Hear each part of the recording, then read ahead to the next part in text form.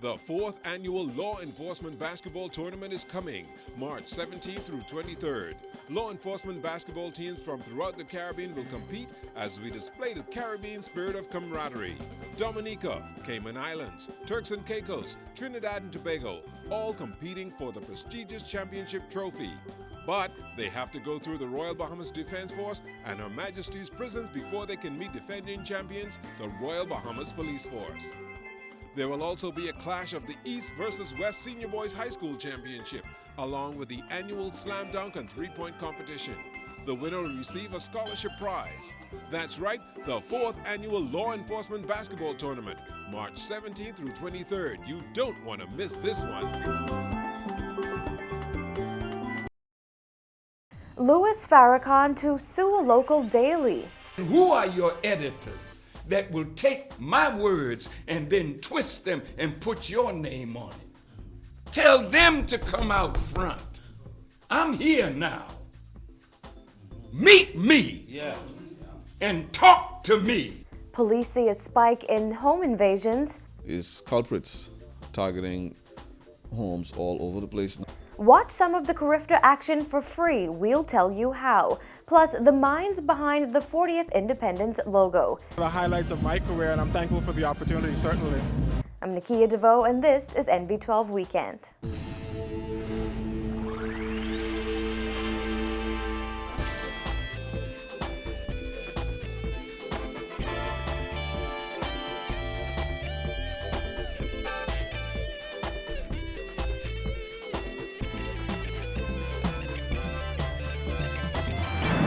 Good evening, everyone. Thanks for joining us this Saturday for NB12 Weekend.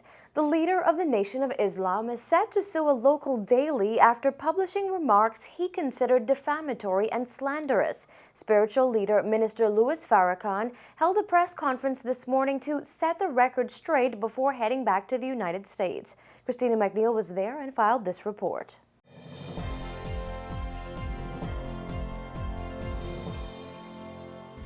Nation of Islam leader Minister Louis Farrakhan says his trip to the Bahamas turned hostile following a town hall-style meeting at the College of the Bahamas last week. Farrakhan says not only were his words taken out of context when quoted in the Tribune newspaper, but the article also called into question the freedom of the press in the Bahamas. Attorney Code Smith today read the words directly from the speech Farrakhan delivered to more than 200 College of the Bahamas students last week. The words, Farrakhan says, were taken out of context. When I go, I come to do a job, to teach my people what God has blessed us to have to teach them. And I go back to my hotel. I'm not looking for sport. I'm not looking for play. So you can't send no woman to me except to learn. And I don't mean sex education. So I was in a place last night that was magnificently beautiful. And there were all these black people that came past the gate because Mr. Nygaard wanted them there on that piece of ground that most black people just keep driving by. These things were suggested, especially when you take out of context this comment about women and sending women. And so these things are so reprehensible that I've been now instructed by my client, Mr. Farrakhan, to take steps toward finding legal remedy and recourse for this. It is injurious.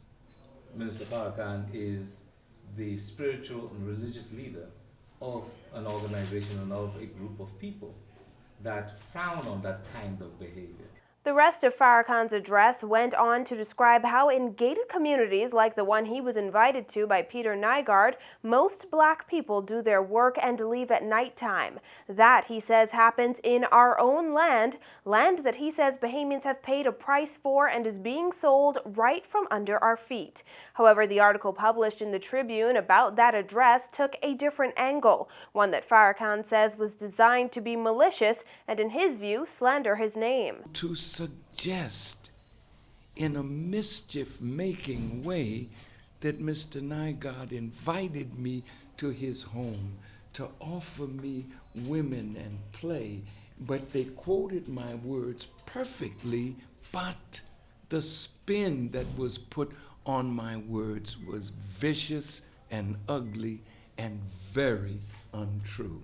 And the reason I take umbrage at reading such an article, because the mischief inherent in that article is first to say that I came to this island and rebuked Mr. Nygaard.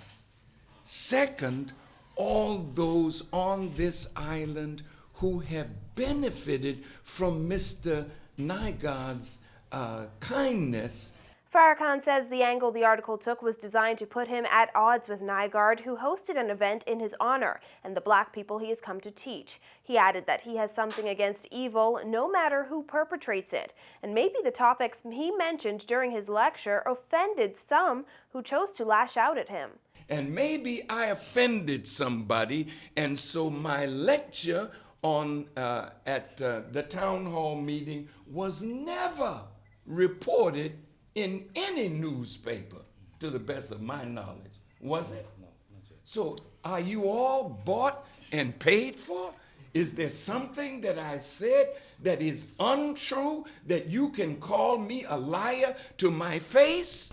Smith says he will seek legal recourse for his client. Meanwhile, both Smith and Farrakhan say the press in the Bahamas should be a free one and one that is free to carry out its responsibility as the fourth estate. Reporting for NB12, I'm Christina McNeil.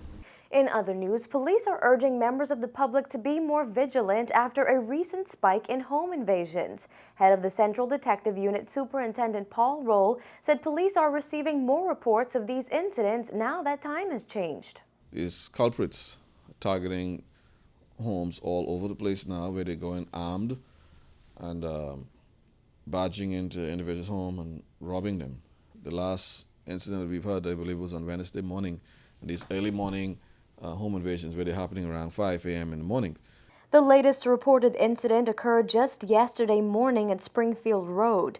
A man was reportedly ambushed by 3 armed men who forced him into his home and robbed him of money, jewelry, and other personal items before loading his electronics into his truck and making their getaway. Roll encourages everyone to pay close attention to their surroundings when approaching their homes. If you're going home and you sense that you're being followed, then, pass straight.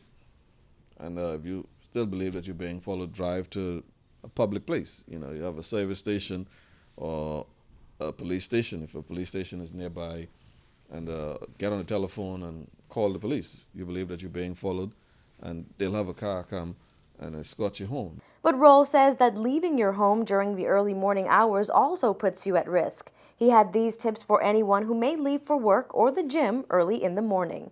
You have to leave home like 5 a.m. in the morning. Then what we encourage persons to do is make sure that your yard is properly lit. And, you're not coming out and walking to a vehicle that is parked in the dark. So if you park your car and in the morning time, this early morning now is very dark. Since time has changed now, you find 7 a.m. in the morning is still pretty dark. And so, you want to take those security measures. It can cost you a couple of dollars more to put some light in there, but put the lights on so that you can see, and then you scan your environment. Don't just walk out and make sure that no one is lurking around. But unfortunately, these culprits also force their way into homes while the residents are sleeping. Roll said there are ways to protect yourself from those incidents as well. One, put alarm in your home. We encourage you to, if you can afford it, install a surveillance system around your home, the camera surveillance system, so that at least if persons come in, you're able to capture them. If something were to happen, you'll have something to refer to. The superintendent also stressed the importance of calling police and reporting any strange vehicles or people in your neighborhood. The Bahamas' success in drug interdiction in recent months has not gone unnoticed, according to officials from the United States Embassy in Nassau. Acting Deputy U.S. Chargé d'Affaires John Armstrong tells NB12 that the Bahamas' counter-narcotics teams have had great success in the first 3 months of the year. He was referring to the 2 major drug busts Bahamian police have made recently, seizing nearly $3 million from 2 Haitian vessels. That drug find resulted in the arrest of 11 men and the confiscation of 177 kilos of cocaine. We're really happy at the successes this year. We work closely, of course, and I know Minister Notich has also noted this successes, as has the Prime Minister. And as I said, in Washington, this has been noticed. In its latest report, the U.S. Department of State said Haitian and Haitian-Bahamian drug trafficking organizations continue to play a major role in the movement of cocaine. Meanwhile, Armstrong also hinted to when the Bahamas may get a new U.S. ambassador to the Bahamas and what the holdup has been. It's difficult to say because the process in the United States is, of course, the president, and this applies to any president. The president picks the person. Then it has to be approved by the Senate. The Senate has that right under our Constitution to either accept or refuse. In the vast majority of cases, they accept, but there have been cases where they've said no. But before the Senate gets that, the United States government, as is normal under diplomacy, makes the request of the receiving government to grant what's called agreement, or agreement, to accept that person. Former U.S. Ambassador to the Bahamas, Nicole Levant, announced the end of her tenure in late 2011. She was the 13th U.S. Ambassador to the Bahamas.